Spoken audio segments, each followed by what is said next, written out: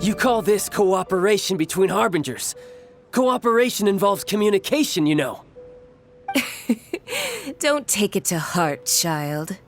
Besides, aren't you happy that you got to skip the formalities and bring chaos to the land? I'm sure you must have enjoyed that. Oh, it seems that some of your friends have arrived. Hey, it's Zhongli and Child. And... It's you two. I believe we've met once before. In the City of Bards, was it? I'm glad you still remember my name. Ah, right. I imagine that it must have been rather hard to forget watching helplessly as something precious was snapped. Well, if it isn't you two. This is our first time seeing each other since Liyue was nearly wiped off the map. This is certainly a bit awkward, wouldn't you say? Paimon knew that we should never have trusted a Fatui Harbinger. Oh, now don't say that. Sure, I may have misled you, but I never had anything against you personally. Besides, I thought we were getting along quite well together, didn't you? Except for that little tussle we had at the end. Nothing personal. We just have different views, that's all. Of course, you may very well hold this against me, but that's up to you. The real deceivers here are Senora and Zhongli. Curse them for leading me on. So actually, I think... Stop wasting time, child. There'll be plenty of time to chat once I'm through here. You remember the agreement, Morax. Now, if you would be so kind. The no... What in the world are you talking about? The contract is fulfilled. That which thou seeketh is now bestowed unto thee. For my promise is solid as stone.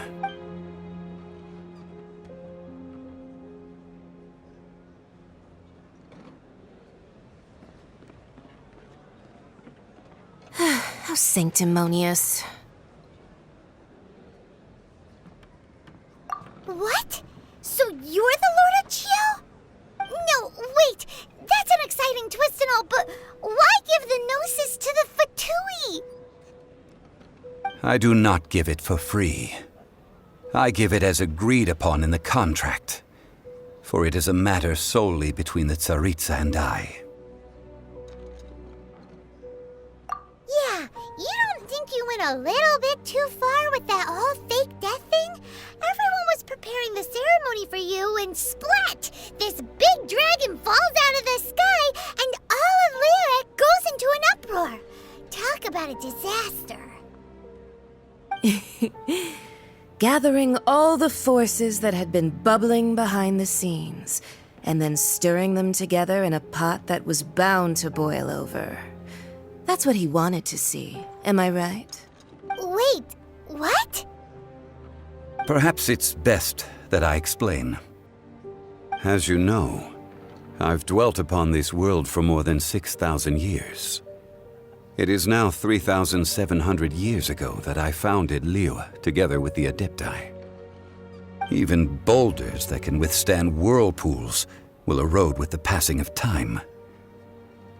I kept convincing myself that cracks had not begun to form, and that the end of my time had not yet come. Until one drizzly day, as I was strolling along the harbor, I heard a merchant tell one of his workers, "You finished your duties. Go ahead and call it a day."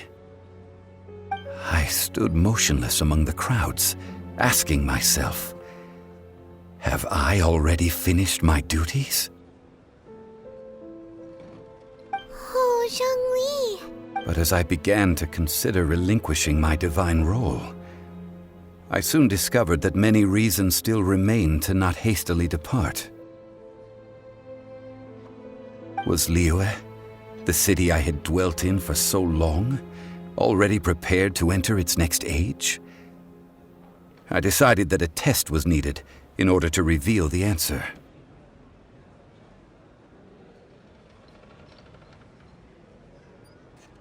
So I feigned my own death, and gathered the cast of Child, the Adepti, and the Liyue Qixing to play their roles together on the stage that was Liyue.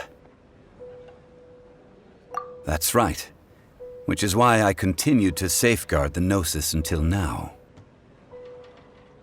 So you mean that if the chaos ever reached the point of no return, you would simply appear and use your divine powers to bring Liyue? Of course, and it would have been all too easy for him too.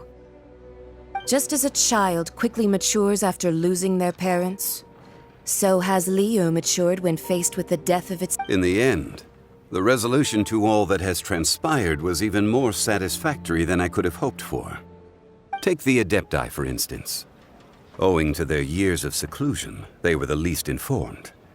Yet when faced with a crisis, they commendably showed the greatest amount of restraint possible. Not only did they manage to cooperate with the Qixing, but in the end, they even made efforts to understand the hearts of the people. Credit is also due to Signora, the emissary dispatched by the Cryo-Archon to fulfill our contract. At my request, she kept everything she knew in strict confidence. This despite the eavesdropping ears of her colleague. This meant I could remain as Zhongli, even having the chance to fulfill the age-old traditions of Liyue in this mortal form. Thank you for joining me on this journey, traveler. All of these things turned out as I had planned. There is only one thing that I had not anticipated, and that was the conduct of the Liyue Qixing. I had expected them to do no more than the Adepti, to come to the defense of Liyue. They seized the opportunity to supplant Liyue as divine protectors, and used the subsequent power vacuum left by my death to quickly gain complete control of Liyue. Huh? That doesn't sound good at all. On the contrary, I think it is excellent. I had always feared that it was too soon for them to take over from me. And it was also that which I longed for the most. As such... Hey, what about me? Doesn't anyone feel the least bit of remorse for deceiving me? You've practically kept me in the dark! I think that thanks would be more appropriate. You certainly played no small part in all of this, wreaking havoc and turning the city upside down. The Lord of Geo ought to thank you for your performance, if any. If you hadn't created the pressure of a battle between mortals, Adepti, and a god, the lump of coal resting in the hands of the Geo-Archon, Liyue would never have been able to become a dazzling diamond of a city. Huh? Just whose side are you on, mocking me like that? Are you itching for a fight? Be that as it may, you've come out of this as the hero of Liyue. I, on the other hand, will be forever prescribed as a disturber of the peace, no? Well then, with the Gnosis in my possession, I have no use for such idle chatter. We should return to Zapoljarny Palace and seek an audience with Her Majesty, the Tsaritsa. Come, child. Fine. I'll meet you there later. I'm not sharing a boat with the likes of you. Do as you wish.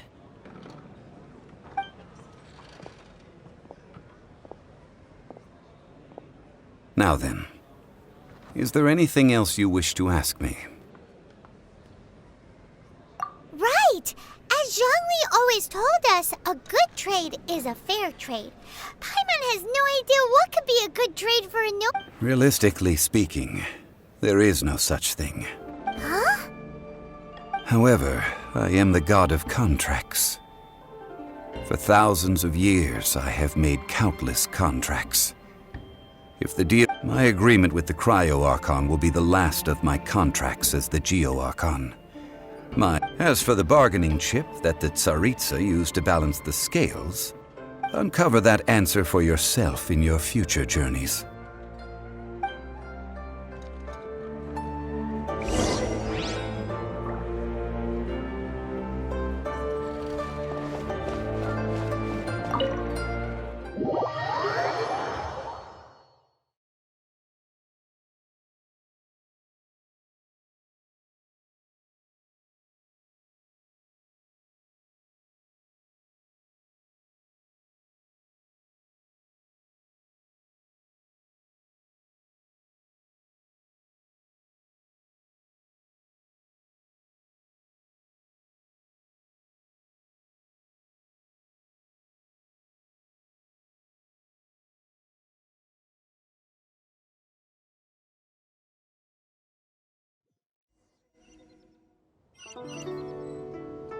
Today's the day of the rite of parting.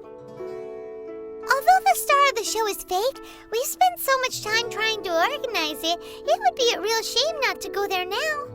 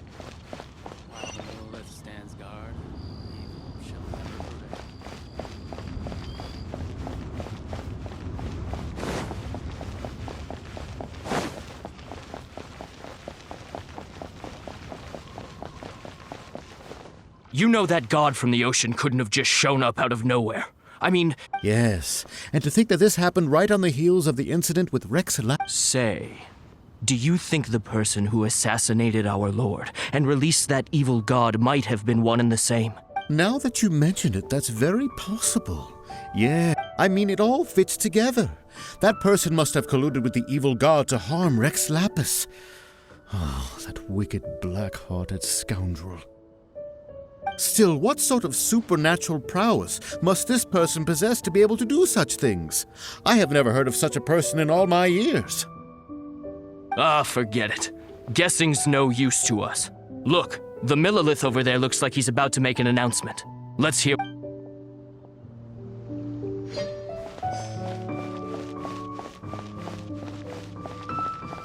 Oh, well, since we're going through with this rite of parting, I guess it means that those rumors hit the nail. So Rex Lapis is really... But they didn't catch the... Oh, come on. Do you think that the assassin could have been a normal person? You know what I think? I don't think any of the gossip on the streets you hear from those shady types is worth anything. There's only one real possibility in my mind. I've heard that the assassin was that Fatui fellow. Youngish, pretty high in rank. I think they called him Child. The Fatui? They certainly are very suspicious. Who knows what those greedy, crooked folks... Shh! Lower your voice. If the Fatui catch you in their sights, Rex Lapis won't be around to protect you this time.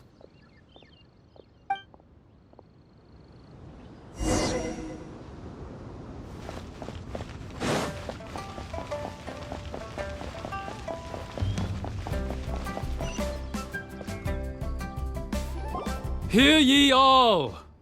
The Qixing's words. Though a dragon soars ageless as the mountains, it too must return to dust.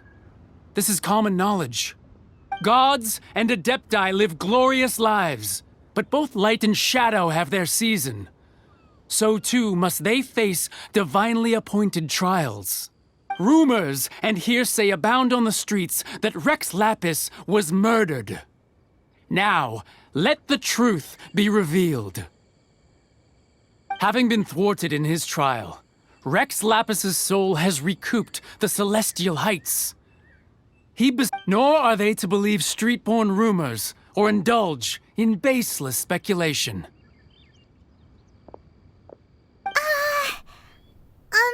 Paimon needs a translation on what the Qixing's announcement said. So that's how they're spinning it. Something feels off. Why would they suddenly give up looking for the murderer? Not to mention how this excuse sounds like something they just made up on the spot. Could the Qixing already have known that Rex Lapis wasn't dead? But Zhongli said that Did Zhongli tell them in secret after his gnosis changed hands? Exactly, right? Ooh, seems like the rite of parting is...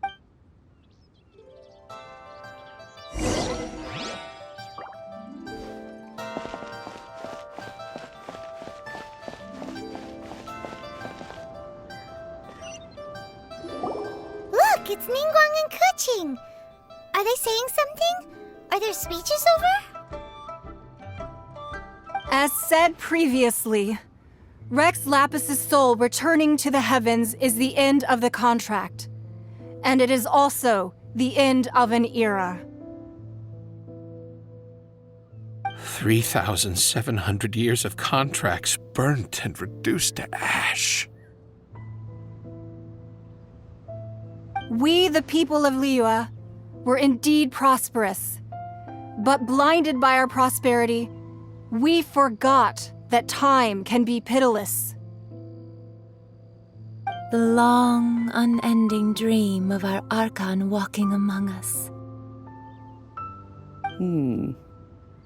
Now that we have awoken from our dream, we must learn to say farewell.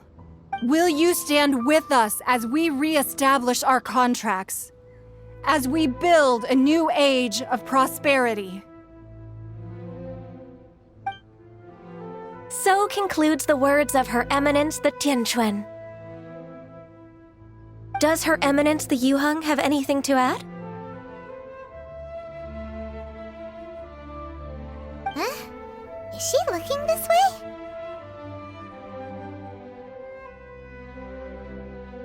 Traveler. Yikes! She really is looking our way! Is that the traveler who they say defeated the ancient god? So young. The Liyue Qixing always repay their debts. And as you have heard, our eyes see far and our reach is long. Name your price. You deserve that much. Whoa!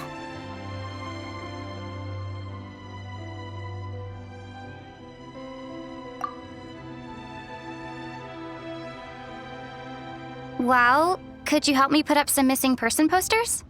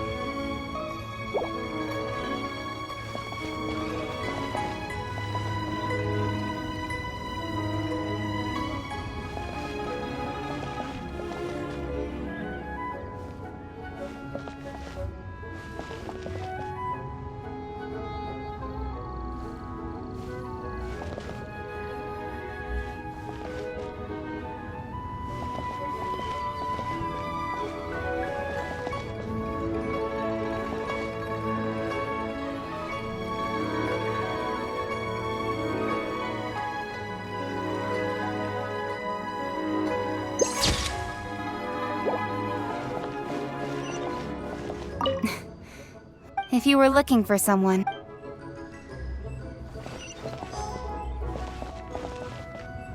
Roping you in was... The cleanup of the prep.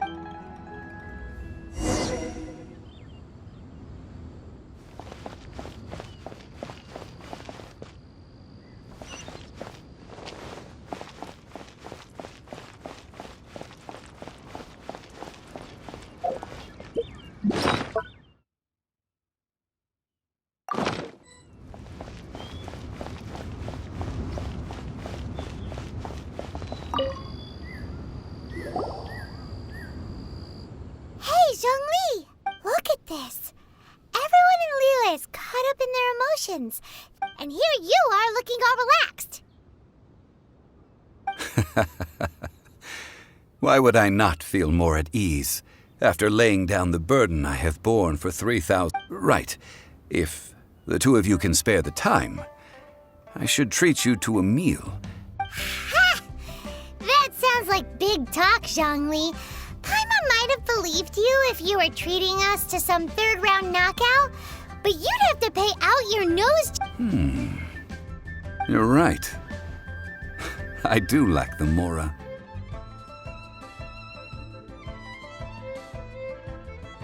As the Rex Lapis Morax, I can easily create Mora. But since I have chosen to walk this earth as the mortal Zhongli, I should have... When I was journeying with you, though I still had the Gnosis in hand, I knew that I must soon retire from my role as an Archon. So I had to rehearse a little for my... Oh, no wonder! Paimon gets it now. You didn't look at the price tags when we were spending because you've never had to. But since you weren't used to not being able to just make more Mora as and when you wanted to, you had to try becoming a parasite to society who lives off of other people's credit. Well, we were only spending Fatui money. You don't have to say it like that. In the City of Commerce, we do not merely exchange money or goods. We also exchange knowledge, memories, and foresight, as well as positions, roles, and life. The Archon Morax could never experience life as the true mortal Zhongli could, no matter how many times he descended to be with his people. I must thank you for that. I will treasure the memories that I made as Zhongli, traveling the streets of Liyue with you. That is true.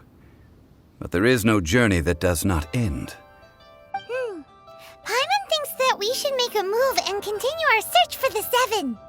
I fear that continuing your journey may be difficult. The nation that neighbors Liyue by sea, Inazuma, is present. The Electro-Archon Ball. And just as the people of Liyue preferred to call me Rex Lapis, she too goes by another name among locals in Inazuma. Paimon thinks we've heard that one before. Raiden? That is the case.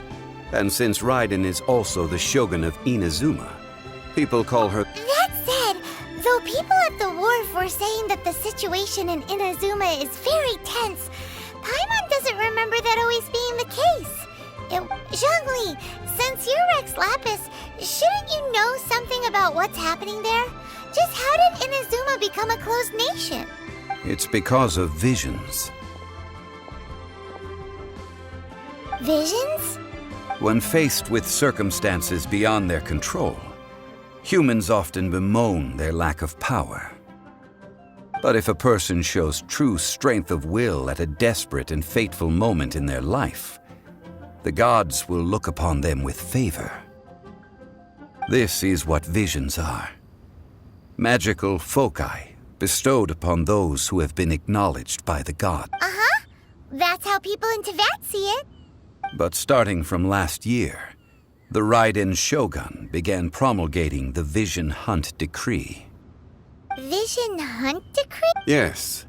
It was an order to seize all visions within Inazuma's borders, and to inlay them upon the hands of the statue of the omnipresent god.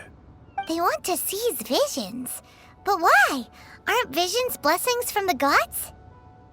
I should think that in the Raiden Shogun's eyes, it is precisely because they are divine blessings that they should be under the sole dominion of divinity. Whoa, that's harsh. The Anemo Archon is the god of freedom, and the Geo Archon is the god of contracts. For her part, the Raiden Shogun is the god of eternity. It seems as though she has finally decided to eliminate any unstable elements that could pose a threat to her eternal realm. The fact that even I, the oldest of the seven, have now passed away, will only strengthen her resolve to pursue eternity. Knowing her, she must have again quoted that adage she is most fond of when proclaiming that decree to her people. 7 ideals for 7 gods. And of these, eternity is nearest unto the heavenly principles. All right then. Was there anything else you wish to know? That's right. Zhongli, now that you don't have your note, since Morax is dead, are they all just gonna disappear? Also, isn't the Golden House the only mint in the entire continent? Will it even continue to work? The Mora present now will not vanish. But the Golden House will indeed have to cease operations for a lengthy period of time, since creating Mora requires the use of the Geo Archon's power. This is terrible! We're all about to run out of Mora! The world is coming to an end. Yes, this is indeed a major issue from a financial standpoint.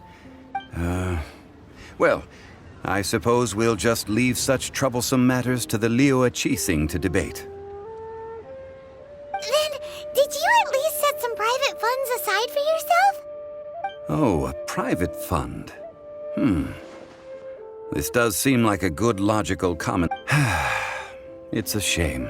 What's a shame? It's a shame that I didn't think of it at the time. All right then. Was there anything else you wish to know? The time of the Adepti has long passed. If even the Liyue Qixing don't want to... Kuching is absolutely right in saying this. Now, though I did laud Ningguang's desire for power, believing this to be a good thing, and thought as a matter of course that she must have been behind the Qixing's plan to take governing power over Liyue from the hands of... Could the original person who brought up the idea of seizing power have been... All right then. Was there anything else you wish to know? Yeah, about that. Before the Qixing made their announcement, we listened to a lot of people talking on the way. Most of them... These are indeed false accusations. But it remains undeniably true that Child did send people to the Jade Chamber to prevent the Adepti and the Qixing from defeating the... I've heard that Ningguang is busy milking that for all it's worth on the foreign relations front at the moment, browbeating the envoys of the Fatui. Ha! Those poor Snezhnayan diplomats. If it were not for Child's exalted position as a harbinger, I'm certain that they would have shifted all the blame to him and called for his dismissal by now. All right then. Was there anything... Ah, that was a good one. Failing a divine trial. How they... That said, the reason why the Qixing were so eager to resolve the incident and stop pursuing the culprit was indeed... I hinted as much to the Adepti as well. How did I accomplish that, you ask? Have you ever heard of this particularly convenient... All right then. Was there anything else you wish to know? Well then, I suppose you'll have to find a way to get inside this closed nation.